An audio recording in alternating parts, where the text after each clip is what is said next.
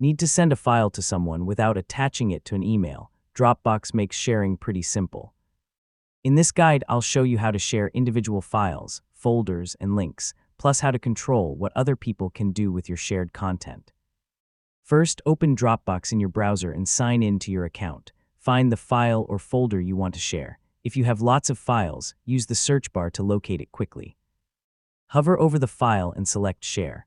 Dropbox will open a sharing window where you can choose how you want to send it. You can invite specific people by entering their email addresses or use a share link. If you're sharing with specific people, enter their email addresses and choose the permission you want to give them. Depending on the available options, they may be able to edit the file or simply view it. Choose the level of access that matches what you need. For a quicker option, copy the shared link and send it through email, messaging apps, or anywhere else. This is especially useful when you don't want to enter someone's email address directly. You can also share an entire folder. Open the folder's share option and choose the people or link settings you want.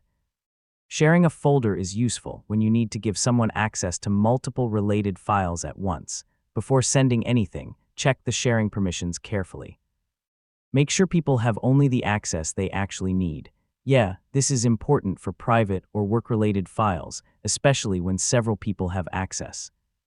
If you change your mind later, open the sharing settings again to manage access. Depending on the file or folder, you can update permissions or remove someone's access. So you stay in control even after the file has been shared, and that's how you share files with Dropbox. Use direct invitations when you want more control, or copy a link when you need a quick way to send something. Just remember to check permissions before you share. That's it.